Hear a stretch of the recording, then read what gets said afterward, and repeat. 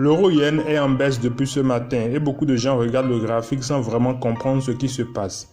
Mais aujourd'hui, je vais t'expliquer en profondeur pourquoi cette paire chute, ce qui se cache derrière le mouvement et surtout ce que les traders professionnels observent vraiment. Parce que non, ce n'est pas juste un retrait technique. Il y a eu une annonce importante au Japon, un chiffre qui a surpris le marché par sa force. Et dès que c'est sorti, l'euro-yen a commencé à reculer. Donc reste bien avec moi. Je t'explique le chiffre, pourquoi il fait bouger le yen, ce que cela veut dire pour les prochaines heures et probablement pour les prochains jours. Et surtout, abonne-toi, like pour ne plus rater de pareils contenus. Alors, qu'est-ce qui a déclenché cette baisse de l'euro-yen? Un seul chiffre, 3%.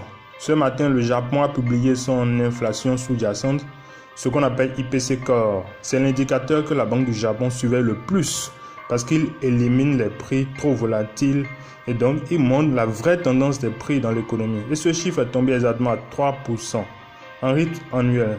Ça peut paraître anodin, mais c'est très important.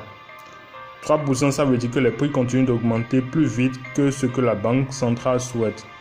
Et tu vois le lien, inflation plus forte égale la pression sur la Banque du Japon, égale anticipation de resserrement, égale yen qui se renforce. En fait, c'est la combinaison parfaite pour faire baisser l'euro-yen. La donnée est sortie, elle était juste un peu au-dessus de la zone confortable et immédiatement les algorithmes puis les traders ont réagi. C'est là que le mouvement a commencé. Alors, pourquoi ce chiffre fait bouger le yen? Maintenant que tu connais ce chiffre 3% d'inflation, on va voir pourquoi ça fait bouger le yen et pourquoi l'euro-yen réagit aussi vite. Tu dois comprendre une chose très simple. Les devises bougent principalement à cause de la politique monétaire des banques centrales. Et justement, au Japon, ce chiffre met une énorme pression sur la Banque du Japon. Pourquoi? Parce que quand l'inflation est trop élevée, une banque centrale n'a pas 36 solutions. Elle doit resserrer. Resserrement égale à taux plus élevé ou au minimum un discours plus agressif. Et dans le langage des marchés, ça, on appelle ça être hawkish. Ça veut dire que la banque centrale se prépare à agir de manière plus ferme, plus stricte pour calmer l'inflation. Et qu'est-ce qui se passe quand un pays menace d'augmenter ses taux? Eh bien, sa monnaie devient plus attractive. Les investisseurs se disent, attends, si les taux montent au Japon, moi je peux gagner plus en détenant du yen. Donc, ils achètent du yen et mécaniquement, l'euro-yen baisse. Ce qui est intéressant, c'est que même si la Banque du Japon n'a encore rien annoncé, le simple fait que l'inflation soit solide à 3% suffit pour que le marché anticipe une réaction. Et dans le forex, l'anticipation, c'est déjà de l'action. Voilà pourquoi la paire a reculé. Pas parce que les traders paniquent, mais parce qu'ils ajustent leur position avant que la Banque du Japon ne bouge réellement. Maintenant, parlons d'une personne que beaucoup ignorent, mais qui fait trembler les marchés. Kazuo Ueda, le gouverneur de la Banque du Japon. Pourquoi c'est important? Parce que c'est lui qui décide de la direction monétaire. Est-ce que les taux montent? Est-ce qu'ils restent bas? Est-ce qu'on change la politique ultra accommodante du Japon? Et depuis plusieurs mois, Ueda répète la même chose. On ne bougera pas tant que l'inflation ne sera pas durable. Donc, quand ce matin l'inflation ressort à 3%, Ueda n'a pas besoin de parler. Le marché comprend le message, il a de quoi devenir plus strict. C'est pour ça que son nom revient partout dans les analyses. Même une simple phrase de sa part peut retourner le yen, parce qu'il a déjà commencé à préparer le marché à un changement de stratégie. Et aujourd'hui, c'est ce qu'on voit, c'est la conséquence directe de cette crédibilité. Ueda n'a rien dit, mais l'inflation parle pour lui. Résultat, les investisseurs anticipent un discours plus hawkish, le yen se renforce et l'euro-yen continue de baisser.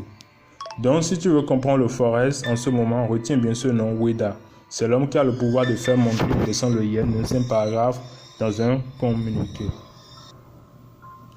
Maintenant, pourquoi l'euro, lui, ne résiste pas? Maintenant, tu pourrais te dire, ok, le yen se renforce d'abord, d'accord. Mais pourquoi l'euro baisse en même temps?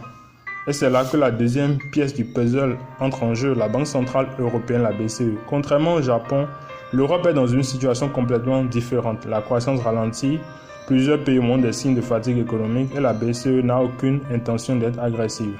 En clair, elle n'est pas du tout dans une dynamique hawkish. Même plutôt l'inverse, elle est prudente, elle temporise, elle évite de monter les taux trop rapidement pour ne pas casser l'économie encore plus. Donc, tu vois le contraste. Au Japon, on commence à parler de resserrement. En Europe, on parle surtout de retenue, de patience. et de laisser les taux comme ils sont. Et sur une paire de devises comme l'euro JPY, ce différentiel fait toute la différence. Si la Banque du Japon devient plus ferme, mais que la BCE reste tranquille, c'est exactement la configuration qui affaiblit l'euro face au yen. C'est comme une balance. D'un côté, le yen devient plus attractif, de l'autre, l'euro ne propose rien de nouveau, dont la paix glisse vers le bas. C'est pour ça que la baisse de l'euro JPY aujourd'hui n'est pas juste un petit mouvement technique, c'est une réaction directe au contraste entre les deux banques centrales.